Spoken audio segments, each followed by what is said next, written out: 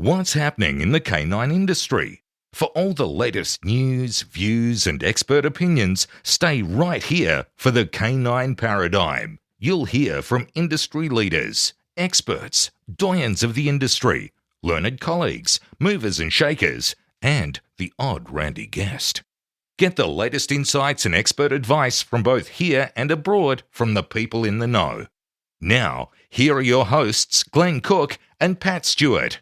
And I'm Lofty Fulton, and I'm out of here. Hey, Glenn, we've got to do a new ad, mate. We do. We're long overdue. We're not going to be sponsoring Einzelwiener anymore. Yeah, well, Einzelwiener's no longer. He's fucking not paying us. No. We've just figured out. No. He's sitting right here in front of us, and we've just figured out he hasn't actually been paying all this No time. wonder there's no bread and milk on my table in this house. After we were just nice to him.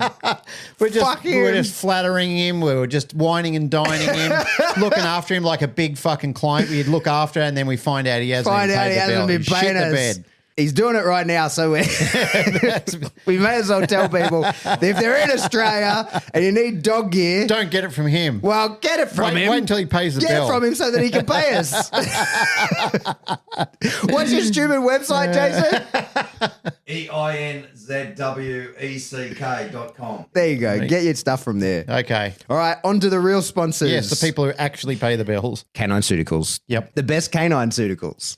Premium grade, Yep. human quality. Yeah. It's going gangbusters at the moment. Thank you to the community who have been supporting it. It's good shit. Dan Croft Yes, in Canada. in Canada. Yes, Toronto, Canada, I believe. Yep. Canada, yes. What are we pushing for him? He's puppy class. Puppy class, yeah. Amazing puppy classes in a great facility.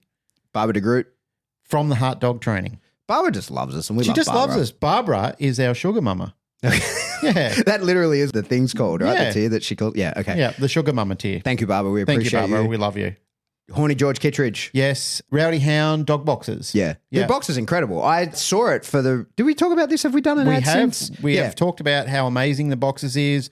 You and I travelled from... Where did you pick us up? What airport That was was that? in Colorado. We drove to the Colorado. airport. He showed us the prototype. Yeah. We was talking through it. You and I were sort of thinking, this is never going to take off. Yeah. And finally... He It's a does real deal. it. He pulls it off. Not only does he pull it off, it's fucking brilliant. Like, it's safe. And he also does classes where he teaches people how to use them as well. Like, teaches the dogs how to get up on the bike seat and then load into the box itself. And it's bloody brilliant. It's incredible. Really proud of George. Lovely guy. And I'm really happy that this is paying out for him. All right. Daniel Trapino? It's actually Tropiano. He corrected me. Okay. So anyway, Daniel Trapino.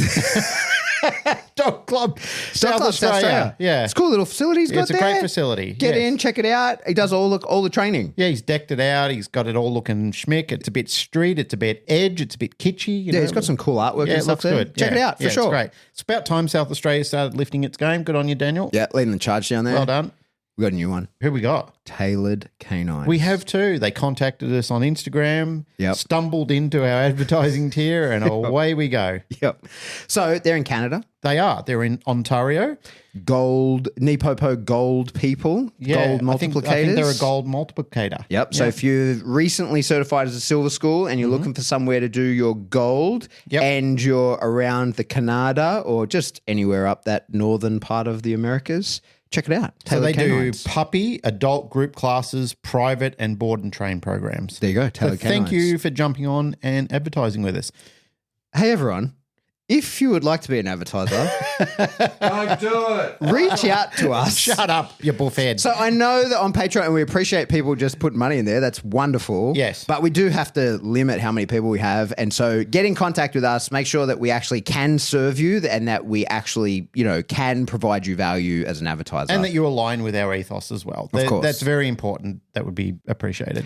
To recap, our sponsors are, and the people we love because they give us a lot of money. Yes. Well, it's not a lot of money, but some money. Yeah. Einzelwick, he promises he's going to do it. I'm looking at him now. I'm looking at the reflection of him fixing Has it. that gone through yet? No, because It's still New South trying. Wales has got shit phone service.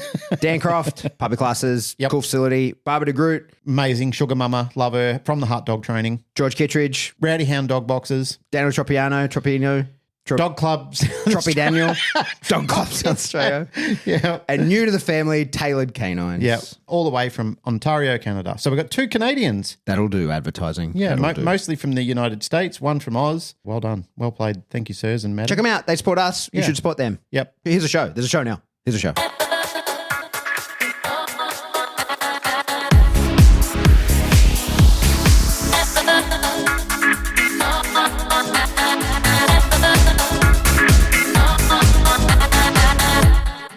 Welcome back to the Canine Paradigm. I'm your host, Pat Stewart. I'm joined in studio by my co-host, Glenn Cook. After a false start. We went a long way in and then realized that it wasn't very listenable. Yeah. And so we're going to try again. Yeah. Why not? Here we are. When we say things like that, people probably go, "Ooh, what were they talking about?" So let's get straight into it. Okay. So you just came back from training with Red Team. Yes. And we just started a podcast. Let's be like totally transparent about everything. Yes, we will. We just did a podcast talking about primary reinforcers. Yes. What is a primary reinforcer? Exactly. And we went on to the topic of food and we've bounced around so much that it really didn't make too much sense anymore. And so let's start all over again. Yeah. Because that is a more appropriate topic and we do think it is worth talking about. I think what we were doing was hashing it out, what we were Yeah. supposed to be doing, rather than actually getting into a podcast. Yeah. So this is the round 2 of the previous podcast that we did before. Okay. So food. Yes. As a primary reinforcer, there's lots of ways to do it. Yep. And one of the ways that both of us have told people they should do in the past, Yep. and I won't speak for you, but certainly I will tell people that they can and when circumstances dictate it, should do it in the future, is train with existential food. Mm-hmm. But that has kind of gotten away, like what's the saying? The horses run away with the... No point closing the gate after the horse is bolted. Yeah, well, the Yeah. horses bolted on that in Yes. many cases. Yeah. And so existential food, training with it, let me sort of define that, Sure. is when you're training with food in your sessions as a primary reinforcer, that you don't feed the dog at any other times and that the dog's meals come in the training sessions. Yes. And if the dog doesn't participate in the session, if you're unhappy with how the dog is doing, then the dog, that could take a lot of forms, right? Like that could be just a lack of motivation. And therefore, not feeding the dog will increase the motivation next time because the dog will be hungrier on the next time around. Yep. Or it could look like the dog making mistakes and then you, as a form of negative punishment, not feeding the dog because it's made mistakes in that session and has to wait until next session, not make the same mistakes in order to be paid, and the payment is food.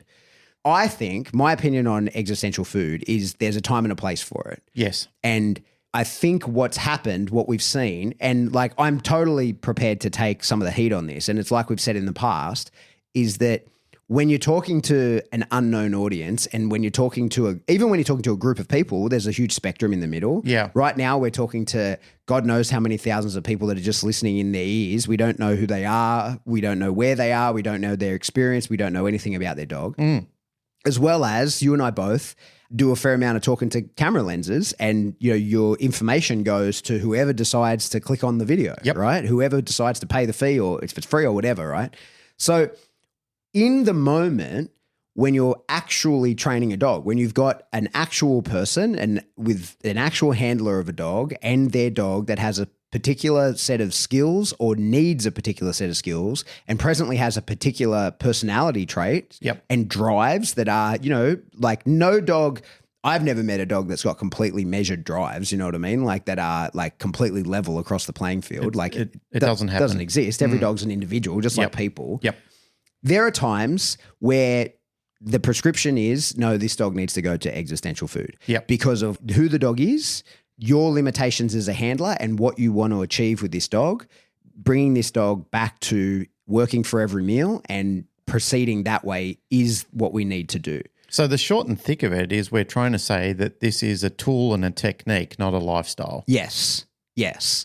That's where I think I wanted to go with it before, but we weren't explaining it well and it was sort of circling the drain. Yeah. And I think when it becomes a lifestyle, I think that's when you need to really look and go, am I doing the right thing by even training this dog? Yeah, that's a good point. I think that's where I was trying to get with this before.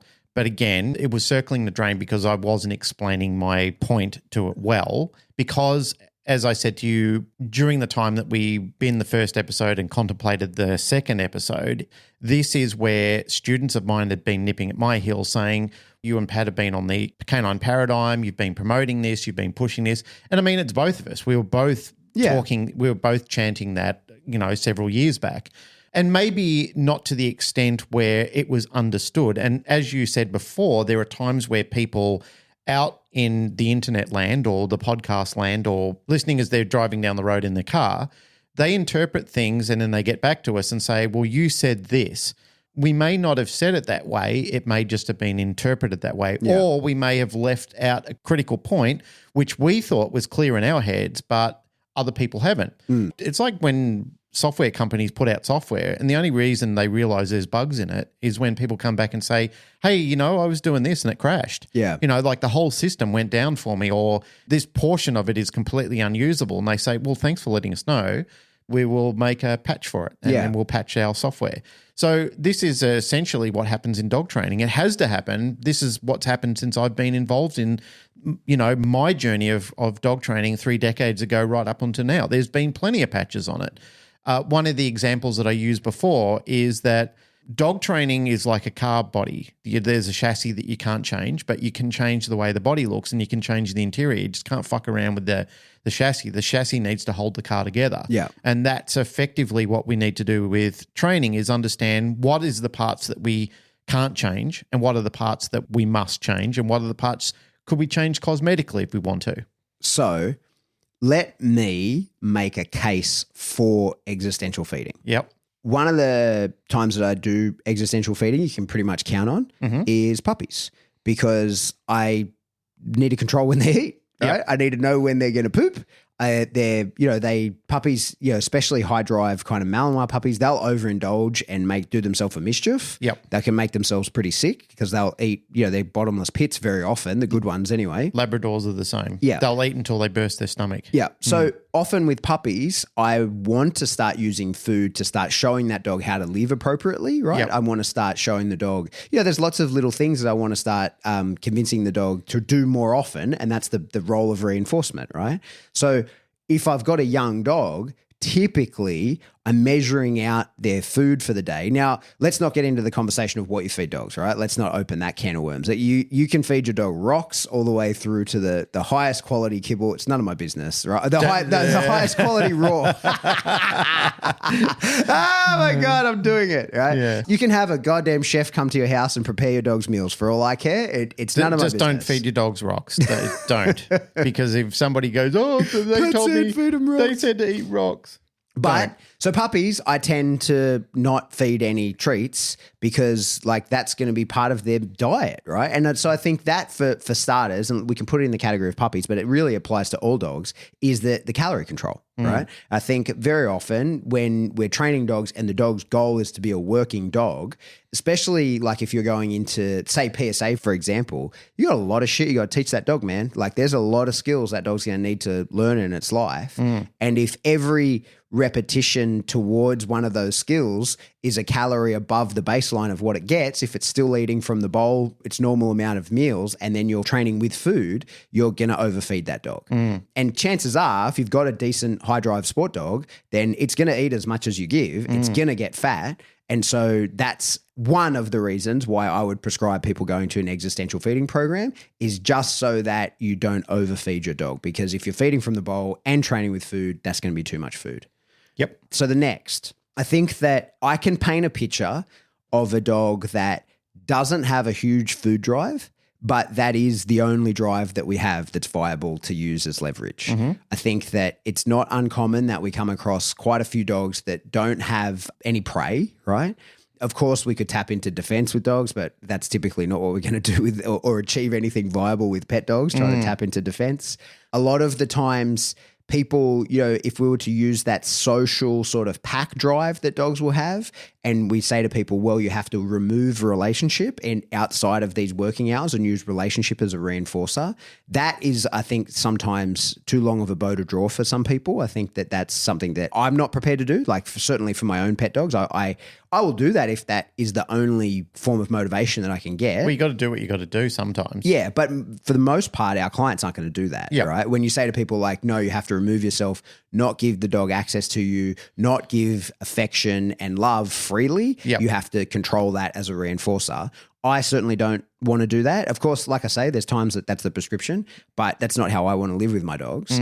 And so if there isn't a lot of food drive, if the play within the dog is not very viable as a reinforcer, and you need to bring the food drive up in that the dog actually wants to work for the food, wants to do whatever it takes to get the food, and this is the big and, you have something pertinent to teach that dog. So I think that if you've got a low food drive dog, and low drives sort of in general, you probably have the wrong dog to be trying to do cool guy stuff with. Absolutely. But you may have a dog that's reactive. You may have a dog that has behaviors that you want to get rid of and you want to convince to do other behaviors. Like there could be many and various reasons. Like a recall is just one of them. I want to be able to give my dog freedom. I want to be able to have my dog off leash. I want to be able to take my dog places. Yep. But I need that dog to come back when I call. And so in the learning phase of that recall, I can paint the picture where bringing that dog back to existential feeding program and only feeding him in the work sessions and using those work sessions as an opportunity to train the dog for that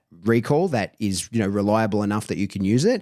And, instead of just having to use pressure to teach that recall, it remains repetitive, the dog comes back. That would be a decent reason, I think, to go to existential feeding program. There's plenty more. I could go for ages. I think another one would be that you have a dog that doesn't respond well to pressure. We sometimes get dogs that don't do well with pressure, and that might be because it comes up at the line at you or they shut down, right? And every step in between that, there's lots of different reasons why a dog might not respond well to pressure. It might have had pressure used on it in the past and it found the escape to that pressure was coming up the line, or it might have just shut down. Explain that coming up the line, because I know people will want to know Attacking what that the means. handler. Because that's an industry term. Coming up the Okay, line. right. Yeah, sweet. So I think that coming up the line, by that I mean, and as a response to pressure, is some dogs learn pretty quickly when the handler says, hey, you have to do this, and you tries to compel the dog in any way, shape or form, whether that's spatial pressure all the way through to tools of compulsion, e-collar, prong collar, slip lead, that kind of stuff. The dog goes, well, how about I bite you instead? Well, that's just like the drone learning to bomb the tower. Exactly, right? Yeah, It's yeah. the way... Don't bring that up. I'm so scared. I heard the other day that there's a 1 in 6 chance that we're going to be wiped out by AI by the turn of the century.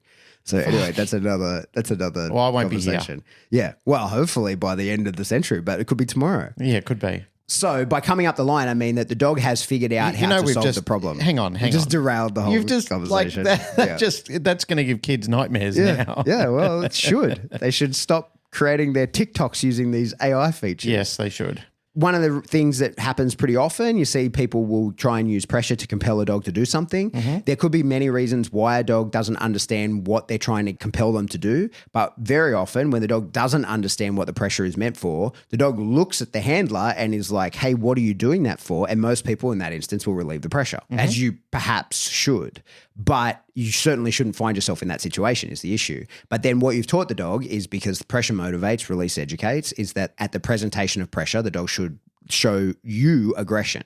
And the more you use, once the dog has that understanding, that's how escape and avoidance training works, is that the dog learns, I can escape this pressure by attacking you or coming at you with aggression. In future, I can avoid this pressure via attacking you or coming at you with aggression. So some dogs, the moment, and very rarely do dogs come like this, although it can happen, but most of the time it's learned. And so you get dogs that when I've experienced dogs that you can't even get a collar on them, that they're just like, no way, because that collar could be used against me. And so I'll attack you instead of allowing you to put that collar on me. And these are dogs that are without the collar present, are wonderful, social, happy dogs.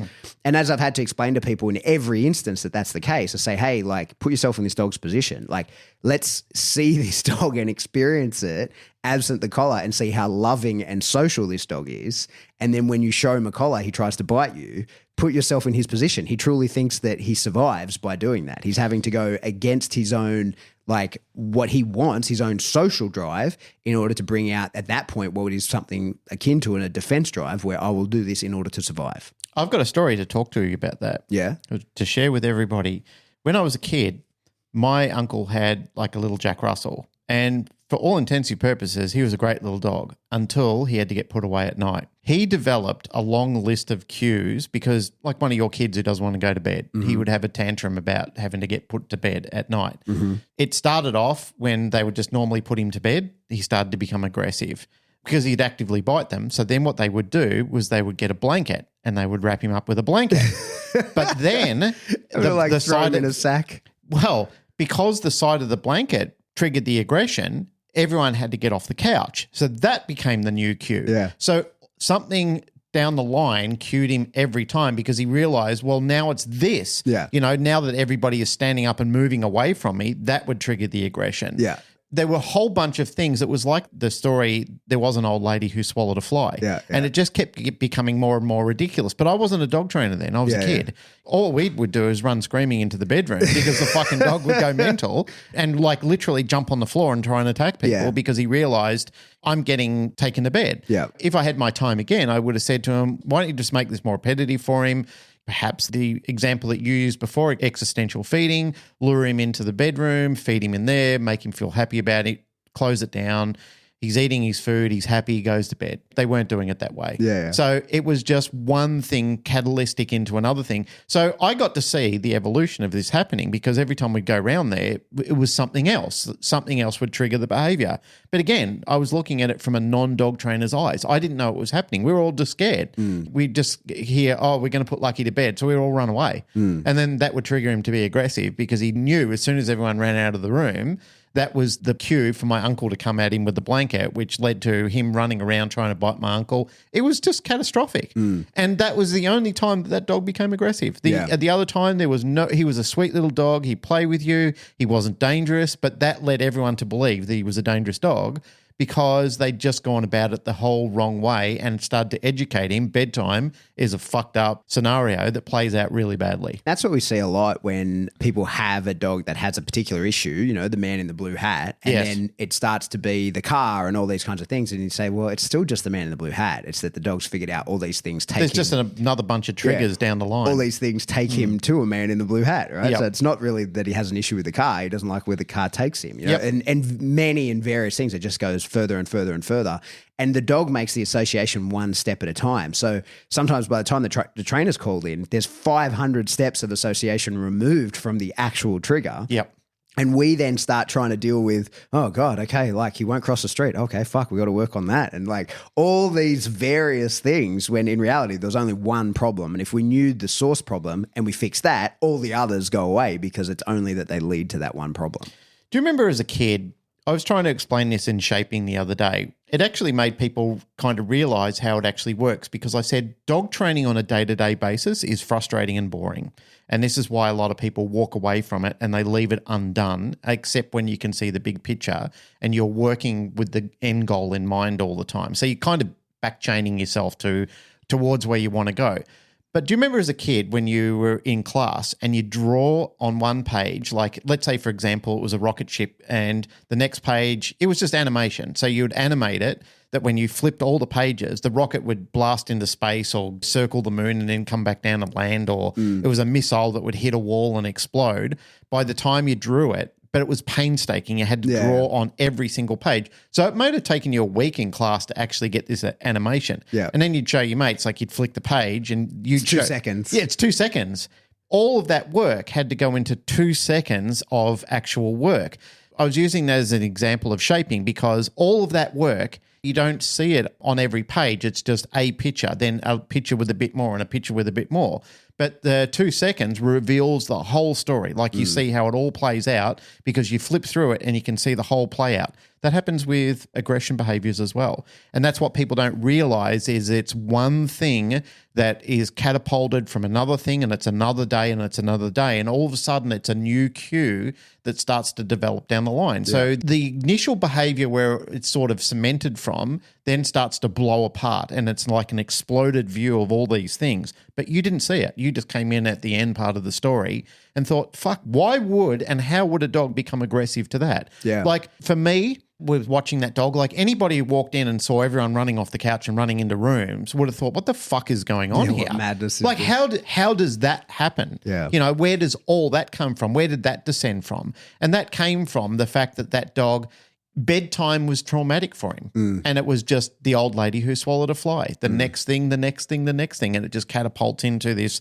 exploded viewpoint of how a dog learns behavior against what you wanted to do. Like when you're shaping it, it's for what you wanted to do. It's completely in favor of what you want. But with aggression, against. We're derailing again, but I do want to explore something you just said, that dog training is painstaking and boring. That certainly is the case when you don't have a target. Do you reckon that's like, yes, for me, but that's what I'm saying is you and I and others of us, we begin with the end in mind, Yeah. Stephen Covey's point of view. And that's the best way to do things. And that's how I tell people, that's how Michelangelo created David. All people, men and women who are artists like your wife and other people, they all see it. They can see what they're building towards. They don't by chance just start chiseling or just start putting colors on a canvas. They see exactly what it should be that they're aiming towards. Yeah. And we do as craftspeople towards training. We know what it should look like. Yeah. And it may not get exactly there. And you might say to Jane, was that exactly what you wanted? She'd go, well, not exactly, but it went a different path, but it was interesting the way I was going, so I went this way with it. Or sometimes I'll say, no, it's exactly the way I saw it in my mind's eye. I projected that onto the canvas. Yeah. Or that's what I saw in the granite when I was chiseling away with it, and that's what I'm aiming towards. And that's what, effectively, when I put my mind to it with things like that with training, I think to myself, well, this is what I want. This is where I'm going with the dog, and I'm going to translate it as salient as I possibly can to this animal who has no idea what's inside my head, but we're going to project it together by drawing on that one page at a time. Yeah. You're doing that one still shot at a time, like animators do with cartoons. Yeah. All right, let's bring it back. Bring it back. Existential feeding. Yes. I've said certainly the way to go if you're going to train with food a lot and therefore you just don't have the calories to spare. Yep. If it's the only viable reinforcer and you need to teach this dog something in order to live happily, healthily, safely with the dog, and the dog doesn't have a lot of drive, it has a very limited food drive, and it's not viable for you to use any of the others, Yep. no worries, that's a time. I think as well, when we're talking about fixing like severe behavioral issues, I think that putting a dog on an existential feeding program can have merit in that time. But I think, of course, like all things, you can overshoot it and you can create, as we were just discussing before, I think it was the last failed episode, is that reactivity and, that sort of nervous, hectic nature in a dog, that is very often in the dog, and the dog is just pushing that towards other dogs or people or whatever. And if you get the dog too strung out on food, you can fix the issue going existential feeding, but then you can create a new issue because that dog is going to have that personality trait of being, like you see people, like I'm certainly one of them, I get addicted to things fast. And so it doesn't really matter what it is, I can get addicted to it fast. Yep. And so often I get addicted to doing the things that are meant to be helping me, and then I do them in a way that are no longer functional, I get addicted to the challenge of doing things. That's how, like, people who have been long-term listeners of the show will remember that I was obsessed with kettlebell workouts, right? Until I did a 40-kilo Turkish get-up and gave myself a hernia. I should never have done that. It was a stupid thing to do, but what started out as being a really happy, healthy addiction became a problem for me, and I end up having to stop because I injured myself so badly I couldn't fucking do anything for a while. Yep. But it's the same thing. It's that addictive trait. And when you get nervous, hectic, reactive dogs, they might be nervous, hectic, and reactive into some external stimuli, and you can bring them around with an existential feeding program, and you can use that as leverage, and you can show them, because very often, or not very often, but sometimes forms of pressure aren't going to work on those dogs in those moments. That can make it worse depending on, there's lots of variables that go into that. But so you can fix that very often with the existential feeding program, but then you can create a new hectic, uncomfortable, nervous, reactive problem around food. So what you're saying is use the technique as required and then quit. Yes, Yeah. exactly. And then rechannel into where you need to take that dog to resolve the issue which previously existed, now doesn't, and now work with what the dog needs and requires. Yes. Yes. So what I wanted to say on existential feeding, and hopefully this is in line with what you think as well, or not, whatever, let's have a fight about it, is that there are times for sure when that's the way to go. There are circumstances where that's the way to go, but rarely, if ever, is that necessary for the dog's entire life.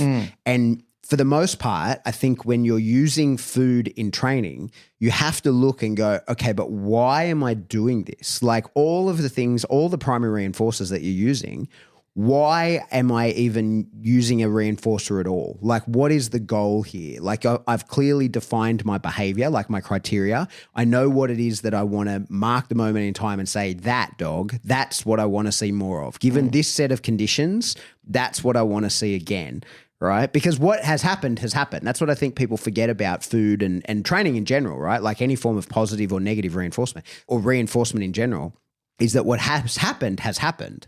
By paying the dog is only making it more likely to happen next time. It's got nothing to do with what happens this time. That ship sailed, right? So I think when you look at the training and go, okay, but why do I want to see more of this, right? What is it about this that I want to see? And how do I want the mind state of that behavior to be like? That's how you can start deciding like, okay, well, what's my viable reinforcer here, right? Like what's the one that I'm going to use?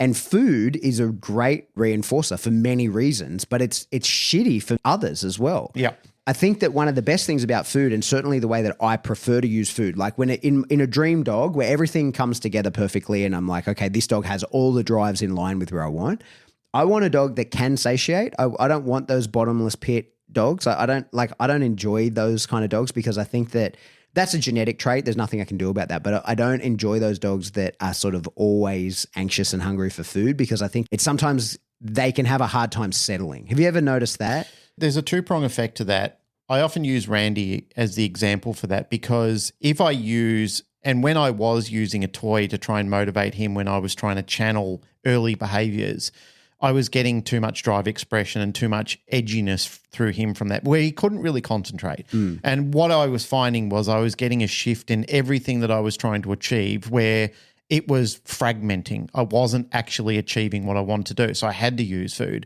So even though food wasn't his preferable technique, like he wanted the ball, he just couldn't think and function properly. Yeah. As a trainer and as part of your education, you need to identify these problems early in place and start to say to yourself, I am getting around to answer your question.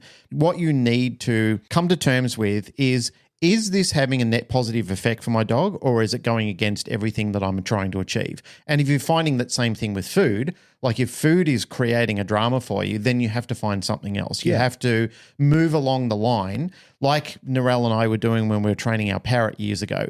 He was going fucking crazy over sunflower seeds and his behavior, even though he wanted it, his behavior wasn't indicative of what we wanted when sunflower seeds were in play. So we had to find something else along the line of his motivation list to say, I'll give you this seed instead and you can have sunflower seeds at the end as the jackpot. That's it. Like when we're done with training, you can have them then. If the work is up to scratch, if the work is at standard, then we'll produce the sunflower seeds and you can have them. But if you don't, you just have to make do with this one and you have to miss out on that one because you didn't deserve it. Like you're not going to get dessert for not doing the behavior that we require. Yeah. Maybe I'm fragmenting the way I'm explaining this myself, but it's the way that I think about it when we're doing training is we often say the student dictates the speed and pace of whatever you're doing, and they also should dictate what they need at the time as well.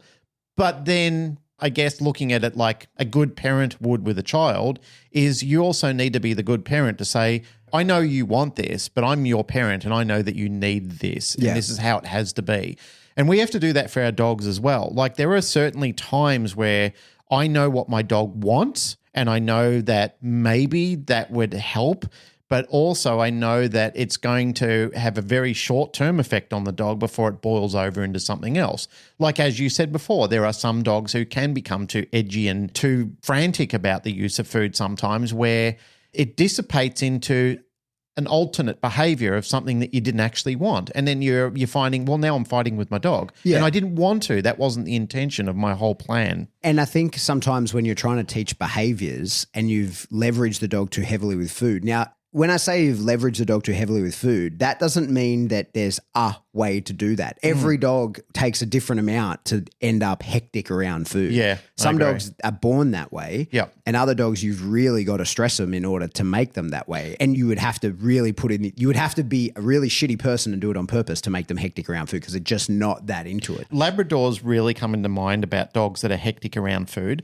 There's one that comes on the course every now and then for NDTF that really fucking savages people's hands, like bites them to the point where it gives them injuries into the palm of their hands. Yeah. It's not the only lab that's been on the course that's done that before. There's been several of them before. However, what also happens is when the dog is doing that, the student starts pulling their hand away from it, which starts to create a prey effect, which also ups the ante on the reinforcer. So then the dog comes in harder and thinks, oh, you're going to move your hand. That's a bit of fun. Or it makes the dog hectic about it and thinks, oh, shit, the hand's moving. I've got trying to steal it. Yeah, you're trying to take it away from me. I've got to go in harder. So there are two split mind effects which is happening in the dog then. One dog that enjoys the prey, the other dog that's becoming frantic about the fact that my food's disappearing. I have to go and smash your hand now. In both cases, what I've taught the handlers was don't push your hand away, push your hand into the dog's face. And they go, well, won't that become aversive? Won't that become a punisher for the dog? I said, try it. That's the only way you're going to find out because the way that you're doing it is not working. You're getting a cumulative anti-effect of what you actually want. So what you need to do now is push your hand into the face of the dog. Both times that it's happened in the two most recent dogs, it worked. The dog calmed down on the feeding because then it realized, well, I don't have to bite your hand so hard. And for the dog that was building up a bit of prey over it, the dog started going, I'll just tune it back a little level. And I said, perfect. You got the desired effect that you need to do. However, that sometimes doesn't always play out that way. Yeah. It depends. Let me continue making the case just Sure. for food in general. Sure.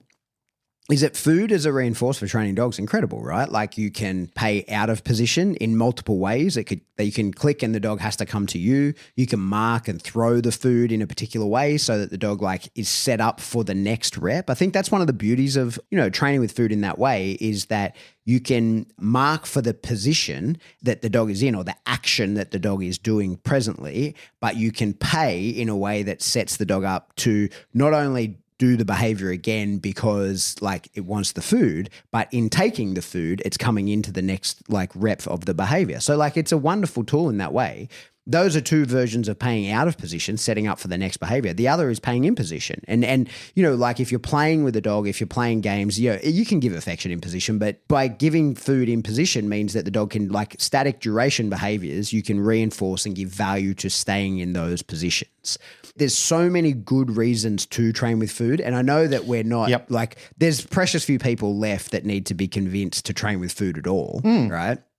But when we start dealing with that existential feeding, this is where I've landed on in teaching people is that you need to be able to train with, you probably are going to need to be able to train with food. Yep. And if you offer the dog food in a training environment that's reasonable, right? Like, and I'm not talking about take the dog and overload it and bring in so much distraction and bringing a level of arousal for something else that is unmanageable. I'm not talking about that. I'm talking in your training area. So it's, a place that it's reasonable that the dog should take food, that when you offer the dog food, you need it to take it, right? And if it doesn't, then that's where you're going to have to go to a form of an existential feeding program for a period of time until the dog realizes, oh, okay, this is the time and place where I have to take food. Because I've certainly experienced this many, many times where because of the places that we train and the times that we train, you might bring a dog into a training facility. This is especially when you do seminars, when they're at like daycare facilities and stuff like that, right? Even if the dog is an attendee of the daycare or the place where you're at, is because the dog just makes a total different association to that place and walks in and goes, all right, this floor smells like 100 dogs pissed on it yesterday, or this is a place where I just run around with other dogs and that's what I'm here to do. Turns up in that mindset. And when you offer that dog food, there's no way to convey to that dog, hey, this is it. This is the time. The only way that the dog will learn this is the time to take food is when at 5 o'clock that night, well, he's like, hey, where's my bowl? And you go, well, no, man, I offered it to you earlier on today. And if so long as you are offering the dog food, it doesn't take it, and then you go home and you feed it from the bowl as per usual, then you're not going to have food as a viable reinforcement strategy. And those are the circumstances where we then say to people, and the prescription is, no, don't feed him tonight. And I've been clear in the past, like I don't ever not feed my dog so that it's hungrier for training. I don't do that. What I do though, is I offer the dog food, and if it doesn't want it, then that's fine. I'm not going to force it to take it. I'm not going to try and shove the food down its throat. The reason it would not want to take it, if I'm just doing that, like in a certain location, is the dog has an expectation of being fed somewhere else, or he's not that interested in the food there. And like I said, I'm not going to like bring a dog that's off tap for something else, like a super high prey dog, and put it in front of a decoy or a sheep or an agility course or whatever it is. Insert the thing that the dog would rather be doing here. That's not how I'm going to intro this with food. But if it's reasonable and I offer the dog food and he says, no, I'm not having that, then that's definitely the circumstance where I go, okay, cool. Well, tomorrow we'll try again. We'll try again in the same place. I'm not going to ask anything of you. I'm not going to leverage you. I'm not going to demand behaviors. I'm just going to offer you the food. And if you want that food, it's free. You can have it. And then when you start getting into it, that's how I can start to go, okay, well, now that you're eating it, now we can start to use it as leverage. We can attach our markers. We can build up power for it. We can do all those sorts of things. But that is, in my opinion, what a real existential feeding program looks like, is that you just say to the dog, like, hey, when I offer you food as a reinforcer, I need you to take it. That's it. And I'm going to offer you your normal food. That's what I usually train with, is I tend not to like up and down the food of what I'm going to train with. And I still think that is a fairly slippery slope to get on. I still think that if you offer the dog kibble, that it's its normal food. If that's what it eats from the bowl at dinner time, if you offer it that in training and it turns its nose up, and then you go, okay, well, I'll go get the barbecue chicken or whatever, and you start working your way up, I think that that's a slippery slope that I wouldn't get on.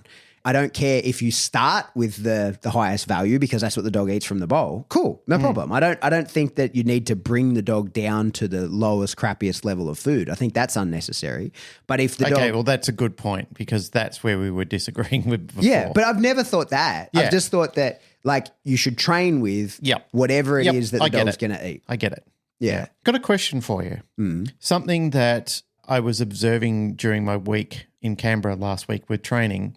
Have you experienced it before where you've watched a dog unlink the conditioning that it's had with the clicker because it's been disappointed with the reinforcer available to it? And let me extend further to that.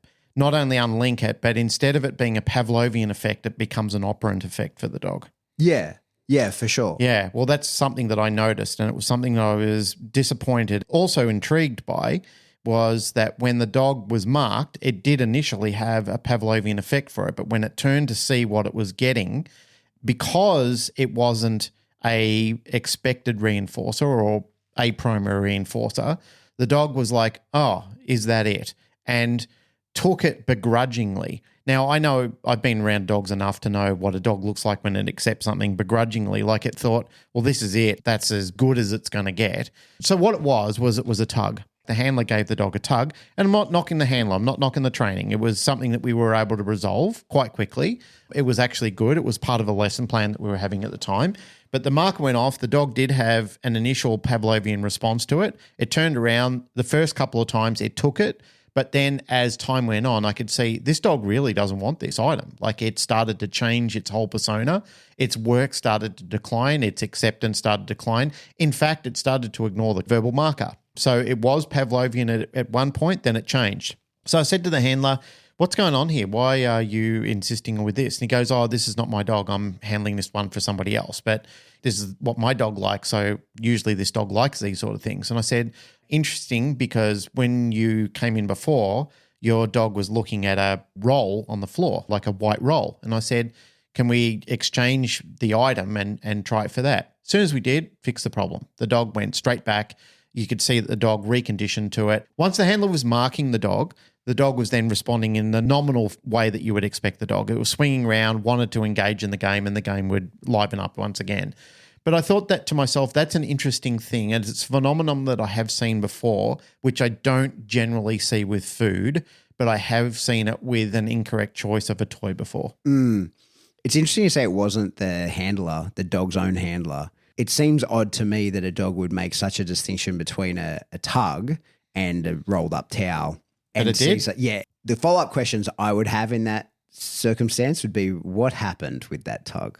Well, that's exactly right. I mean, it might be the slobber of the other dog that was on it. It might be aversive that belongs to another dog. I know that there are animals in the animal kingdom, if there's an animal higher in pecking order with them and it has their odor on it, they will not willingly accept it the same way. Yeah. So that happens, and horses do it, dogs do it, sheep do it. You or know? also, like, there might have been a weird association made, like, you know, the dog might have been hurt, or the handler could have, you know, like there's a million things that could have happened for the dog to look at that and go, I hear my mark, awesome, going to get my reinforcer, and then like, that's not it. Yeah. It's not the first time I've observed it, and I can see, like, it's not an instant unlinking of that Pavlovian effect, but over time it's a cumulative effect where you see the dog, like the dog is thinking, well, I might as well stay in the game of searching for odor, because when you're marking, I'm not going to get what I want. And that's what happened, was the dog was being marked, where before it would instantly trigger round. This time it just continued on with the searching. Really? Yes. And I thought, that's interesting. And that's when it became operant and the dog decided, I'm not going to do it. Was there like a reflex response to the mark and then it overcame the reflex? Like, Yes. could you see it initially? That's what I mean, is the reflex dissipated. No. So that, like, when it gave the mark, did it, like, could you see like a shudder in the dog's? Yeah, a slight one, but it was significantly reduced. It was still there, like the remnants of it was still there, but I think the dog was side-eyeing and saying, oh, it's going to be that jute toy again, I don't want it. And the dog would just continue on with search. And I thought, well, that's interesting, we need to stop. This needs to be immediately addressed. That's a rabbit's warren to go down, because if that were my dog, then I would change that, right? Because, like, I don't like my dog developing toy preferences. Now, of course, my dog has toy preferences, and every dog has toy preferences. Like, different things bring on different levels of arousal. They enjoy things more and less. But if a dog said, no, I'm not playing with that, and it was a reasonable thing to ask that it play with, then that's when I would be like, oh, why? You know, and I agree. Those questions definitely need to be asked. They should be asked in any given situation. Like, why is that happening? Why is that so? That's another one, like, similar to the food kind of, oh, well, I'm not going to go and get the caviar in order to feed you and light the candles and play the violin in order that you eat. Similarly, I will for sure choose the appropriate reinforcer to bring on the level of arousal that is helpful to me in that session. But if I get a dog giver like, no, I don't want that tug, I want the other tug, and he would normally be happy with that tug, usually then I'm like, But Mando did that the other day in training. Like, he decided, I want that sleeve and not the other one. Yeah. That habit has only just started to raise, but it's something that you and I have said we need to address in future. So exactly in the moment, we looked at it and said, okay, well, this isn't the time to fight over this. No, not today. Yeah. It's not today's issue. But both of us for sure then said, this is something we have to work on. Yes. And I think that's what is, like, interesting to me when a dog makes a choice between things that are pretty similar. Like, that's, the sleeves that he's choosing over they're different linen, but they're functionally the same thing. It's a bicep sleeve. They're just made by different people. They're essentially the same. And I reckon that you got to remind me tonight, actually, it's a good thing you brought that up, because, like, I'll start with the one that he didn't want and not present the other one and see whether it's that he has, like, because this is where I'm going with this, is like, I have to now run a series of experiments on that, in that, does the dog have issues switching, or does the dog have a preference, I like that one, not that one? Or is it in comparison to each other? Because it's like the little capuchin monkey that throws the... he doesn't want the cucumber, he wants the grape. It's after so he sees good. his companion So getting in it. the video, I mean, everybody's got to watch this on YouTube. It's one of the most incredible videos where there's two monkeys, and I think they're capuchin monkeys. They're in glass cages. They can see each other working, and their job is to pass a rock to the person. So you've got to pick up a rock and pass it, and they get paid with cucumber. First one gets paid with cucumber, second one gets paid with a grape. So they're both happily working for the cucumber. The first one gets cucumber and the other one gets paid in grape. No, but they both start out with cucumber. One gets cucumber and happily accepts it as the first reinforcer until he sees his partner. But don't they get them both going on the cucumber and then change them to grape? No. Anyway, the point is that he was working happily for something. Yes. And then when he sees somebody else have it, he won't go, he will no longer work. And it's hilarious. He throws the fucking cucumber at the person. The only reason I know that so well is we play that almost every lesson. The monkey on the left happily accepts the first cucumber because he doesn't realize that the other monkey grapes are on offer. is not going to get a grape. That's the point that the professor is trying to make. He said, the first time it's offered, it's perfectly acceptable until he sees inequity of one getting a grape over him getting cucumber. One of the things I love in that video is how the monkey that's getting the grape like awkwardly won't make eye contact with the other monkey. he's just like, nah. Yeah, but that monkey's full raging out. Like he's smashing his rock on the, yeah. But anyway, so like I think that's what's interesting is when a dog starts making those sort of preferences, it's not as simple as like, oh, okay, we'll give him something else. Because in my mind, then that sort of preference then can really start to derail training. And I could be wrong, but certainly I feel pretty strongly that when you start letting a dog make preferences over reinforcers, then they start making preferences over the behaviours that they'll do that will lead to reinforcers. Like that's sort of like a slippery slope that you start going down. Well, you got to think to yourself, what happens in a pinch? Yeah. When I need to have a variable here on the day and I just don't have what the dog finds acceptable. Yeah. You know, you create a fussy dog that the dog is going, oh, well, this is not my perfect day. So again, I'm not saying that you just like shove that tug down the dog's throat and go, no, this is play with this fucking tug. Like I'm not saying you do that. And in the moment, maybe the right thing to do is change to the other tug. Like in the moment. In the moment, it was. Yeah. That's the best option. Otherwise, you've got to address a problem where the handlers. Yeah, now there's two criteria at once. Right. And so that's exactly why with Mando, when he showed a preference for one sleeve over the other, no big deal. Like we just throw that sleeve out of the way. No worries. We keep going. We just work with the one sleeve instead of two because that's not what we're building this session, right? Like this session, we're teaching you to target the bicep, right? And making sure that you don't develop an equipment fixation. For me, that will be a different session in and of itself. Like that will be the goal of the session and we'll set up and make sure that that is the outcome that we achieve or work towards or make progress towards instead of trying to then go, okay, but shit, like we're trying to achieve one thing and viably fix another. Yep. But I think that's when a dog does that kind of thing, when you don't get the reaction that you're expecting, well, when you get the reaction initially and then it derails, I think for me, that's when I want to ask a lot of questions. There's always questions that must be asked and answered effectively during those criteria because as you pointed out, there is something deeper in that other than the dog's just being fussy in the moment. Yeah, for sure. Did we do it? Yeah, I think we did it. Did we explain what we wanted to explain? I feel it was a much better attempt than the first time around. Well, there is one thing that I find very interesting. Having just finished a week with Red Team and listening to the way handlers reward their dog in Australia compared to other parts of the world. Yeah. In the US, when I've heard people rewarding their dogs over there, they're usually like, good boy. He's a pretty little dog. Good boy. And then you go to parts of Europe and they're like, super, feine Junge. Yeah. And in Australia, it's good boy, mate. Good boy, mate. It's quite funny for me to listen to how people in different regions of the world express joy and satisfaction and reinforcement to their dog. Yeah. That is one of the funny things, especially when you get like big, tough police guys and army guys. This was the women on the course. Oh, really? I got to say, there were quite a few different agencies that were presenting at this Red Team event at the Federal Police.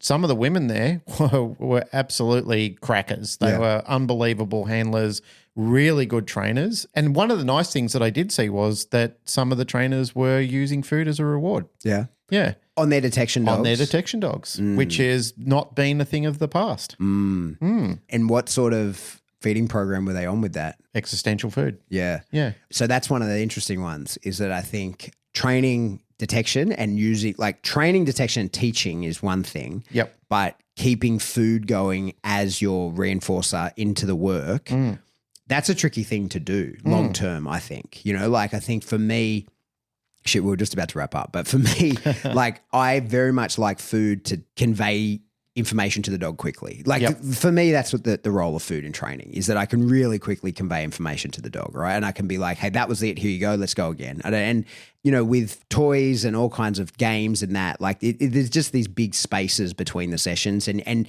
you've got to have a vibe. You got to be able to play. You got to be able to have an out. You got to get the thing back. There's a lot going on and you should have all that for sure. But if you just need to convey something quickly to the dog, food is usually the way to do it. It was working very well and it was conveying very well. Yeah, but long term, I'm not saying don't, but then that is a different model. You're in a different model altogether there. As I've expressed before, the way that I usually do it is, well, the way that I've had to do it if I'm training on the run was utilising food to get a better stability out of my dog and then transferring to a toy as the jackpot. Yeah. Effectively, My principal motivation of everything that I'm doing these days is just use what works. Use what's getting the best out of the dog at the time. Conveying that in the time and, addressing it as food or toy, there is a lot of consideration that has to be, well, effectively what you need to do is monitor the handler and the dog at the point in time to find out what really is the best of the situation here. There are plenty of times where I've looked at training criteria and I've thought to myself, you really should be using a toy here. And I've seen the handler using food and I thought, I'd actually eat my words on that. Totally. Yeah. Totally. Every handler is an individual. Every dog is an individual. Yep. And that's one of the things I think is really interesting and it's interesting that you say that lab that had the issue with the tug was not that handler's dog. When you're looking at training, you've got the variable of the dog, you've got the variable of the handler, but then you have the variable of the way that they interact. So there's actually 3 different variables there because that dog might perform a particular way and food can mean X and the toy can mean Y and there's all these things that are like in place, but they may be limitations of the handler that mean that dog has to be trained that way. And then you change out the handler and then it's like, okay, now that dog can do things completely different because the handler just has the capacity to move better and to play better. And like there's a lot of different variables in place there. That's why I really firmly believe there is no this is the way. You just got to know the framework and then attach that to build whatever you need to build. Totally agree. The only thing that I want to close on in this is for handlers and trainers is if you mark and you don't see your dog have like a nice Pavlovian response, like it doesn't have that reflex response, then you have to ask yourself, what's going wrong here? Like really identify that and maybe stop training and say, okay, there's something dramatically going wrong here because if we're undoing something that's been quite effective with the dog before, we did have that reflex response, it was conditioned well and now it's not. Why? I want all trainers and handlers to have a think about that last part because for me, that's a troubling thing when I see a dog that would rather continue on with the behaviour rather than come around and look for its reinforcer. Yeah, for sure. All right. That's another episode of the Canine Paradigm. As always, if you like what you hear, like, rate, share, subscribe. Do all that through whatever subscription service you download us from. Yes. Then go do it to another one. And then get on the mailing list. You've changed. You don't want people to stick AirPods in their ears anymore. What's going on? What's happening with you?